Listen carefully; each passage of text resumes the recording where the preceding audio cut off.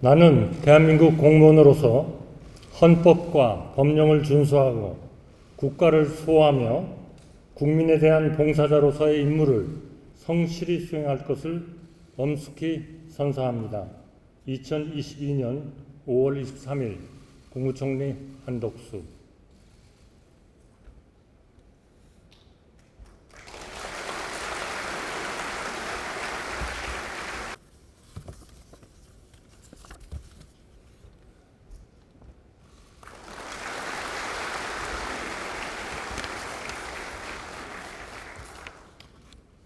존경하는 국민 여러분, 전국의 공직자 여러분, 오늘 윤석열 정부의 첫 국무총리로서 인사를 드립니다.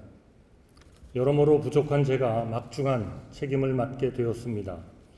저를 믿고 내각을 맡겨주신 윤석열 대통령님과 여야 국회의원님들께 그리고 성원해 주신 국민 여러분께도 깊은 감사를 드립니다. 코로나에 갇혔던 우리의 일상이 활기를 되찾아가고 있습니다. 우리 모두가 간절히 기다려온 일상입니다. 그러나 우리나라를 둘러싼 국제 환경이 매우 어렵습니다. 세계 경제의 불확실성이 날로 확대되고 있습니다. 환율 급등과 선진국의 인플레이션 압력을 완화하기 위한 금리 인상으로 우리 경제의 부담이 한층 더 커지고 있습니다. 양극화와 불평등, 사회 갈등, 그리고 고령화와 저출산의 문제도 해결되지 않고 있습니다. 온전한 일상 회복을 위해서는 아직 가야 할 길이 멉니다. 다양하고 어려운 난제들이 산적한 이 시기에 국무총리직을 맡게 되어 무거운 책임감을 느낍니다. 존경하는 국민 여러분, 전국의 공직자 여러분, 새 정부의 첫 내각에 대한 국민과 공직자 여러분의 기대가 매우 크실 것입니다. 지금 국민 여러분과 기업들이 겪고 있는 어려움을 충분히 이해하고 느끼고 있습니다. 윤석열 정부의 첫 국무총리로서 국민 여러분께 약속드립니다.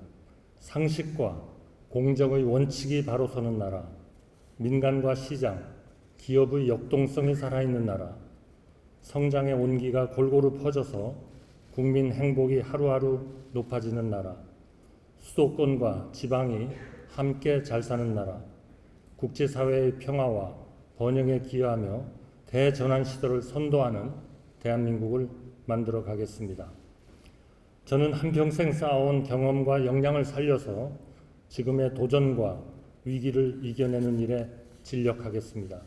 시대 정신을 구현하고 국가 비전을 실현하는 데 최선을 다할 것입니다.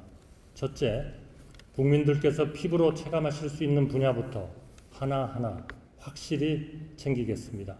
물가 불안, 가계부채와 같은 국민의 삶과 직결되는 민생 문제 해결을 위해서 관계부처와 장관님들과 모든 정책 수단을 열어놓고 대응 방안을 마련하겠습니다.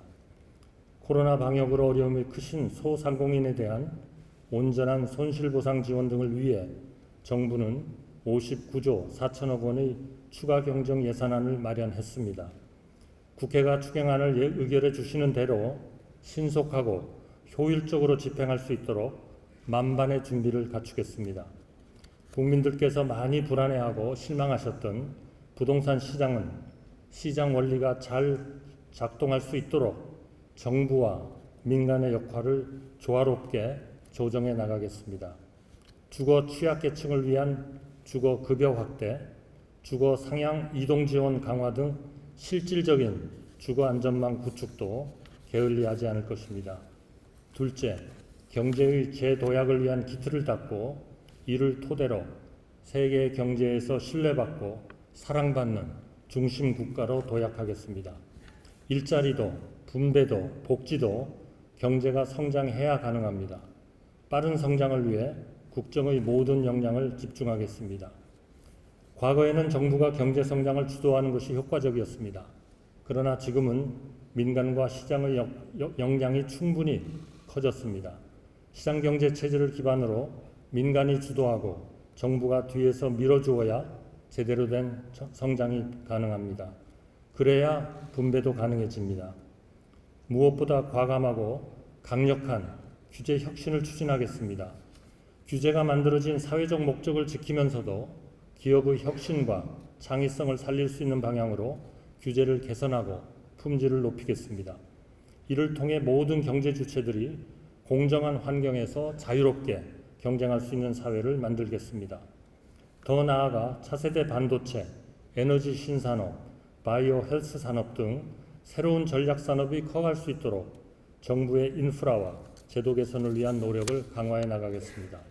중소기업 관련 정책들은 효율성이 있는 정책인지를 검토해서 다시 구축하고 예비 창업부터 글로벌 유니콘까지 완결형 벤처 생태계를 탄탄히 만들어서 중소벤처기업이 경제의 중심이 되도록 하겠습니다.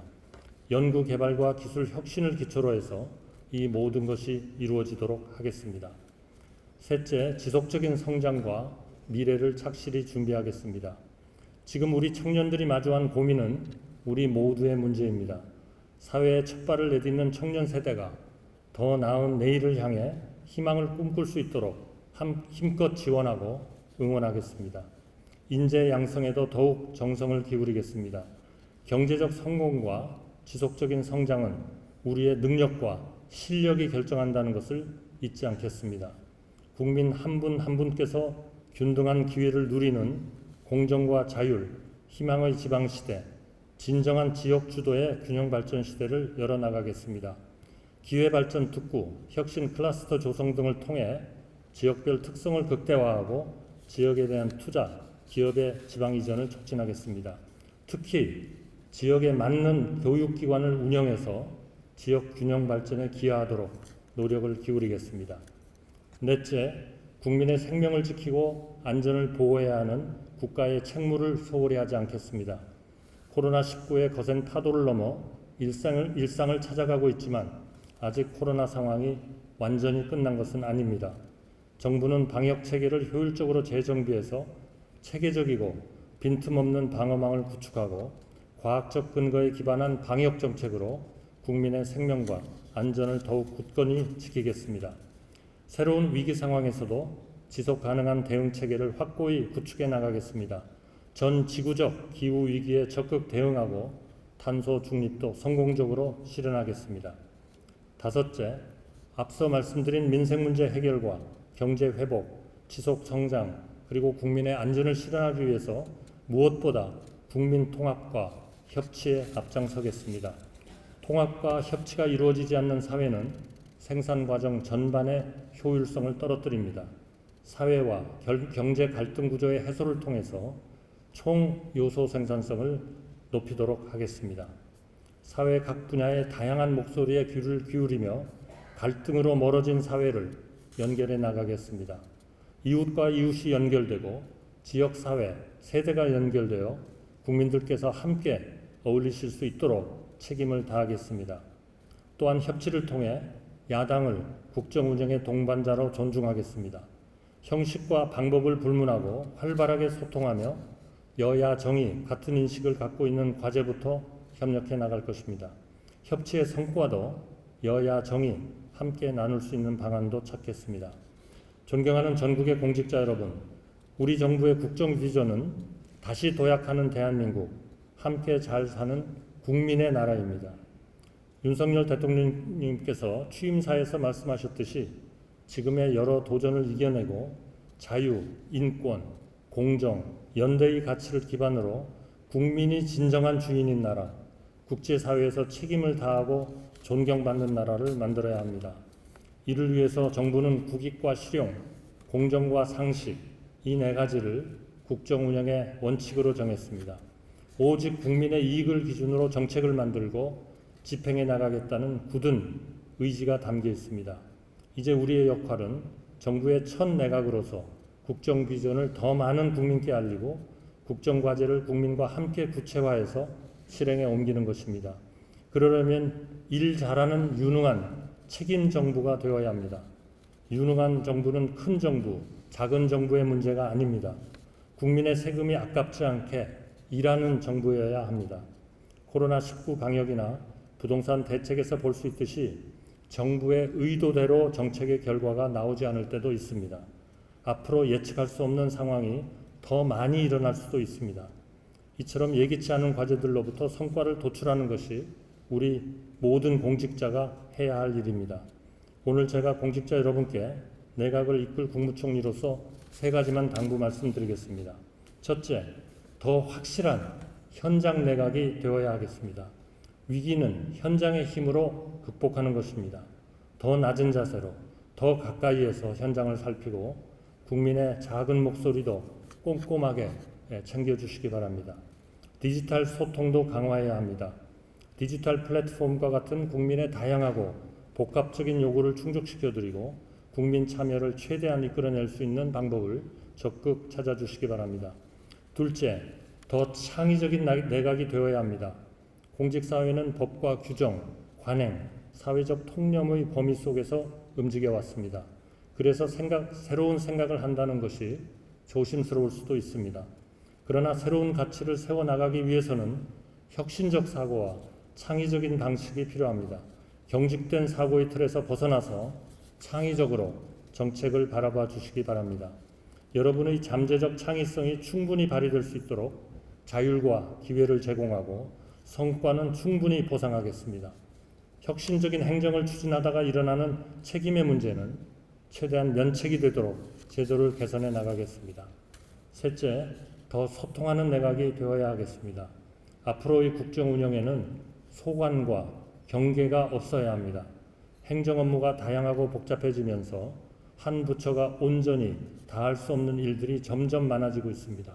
부처 간 벽을 없애야 합니다. 국회는 물론 다양한 이해관계자들과 더 많이 소통해야 합니다. 국회와 정부, 공직과 민간, 중앙정부와 지방정부가 바라보는 방향과 속도가 같도록 열린 마음으로 소통을 이끌어 주시기 바랍니다. 소통은 정책 실행에 있어서 국민의 협력과 신뢰를 이끌어내는 핵심이며 소통에서 나오는 수평적 리더십이야말로 공직자의 꼭 필요한 의무임을 잊지 말아 주시기 바랍니다. 존경하는 전국의 공직자 여러분, 저는 오랫동안 국내외 다양한 분야에서 공직자로서 책임과 역할을 다해왔습니다. 그래서 여러분의 자질과 역량을 너무나 잘 알고 있습니다. 제도와 관행을 넘어 공직자 스스로가 주체가 되어 노력하면 얼마든지 혁신할 수 있다고 믿고 있습니다. 새로운 정부는 노력하는 정부가 아니라 잘하는 정부가 되어야 합니다. 노력도 필요하지만 성과에 초점을 맞추어서 낮은 자세로 다시 한번 현장으로 돌아가서 새로 시작합시다. 저도 최선을 다하겠습니다. 공직자가 창의와 혁신으로 일자라는 정부를 만든 국무총리로 기억될 수 있도록 하겠습니다. 국가에 대한 마지막 봉사라는 각오로 오직 국민만을 바라보며 국민의 행복을 위해서 혼신의 힘을 다하겠습니다. 국민 여러분께서도 새롭게 출범한 윤석열 정부가 새로운 국민의 나라를 성공적으로 세울 수 있도록 힘껏 응원해 주실 것을 부탁드립니다. 감사합니다.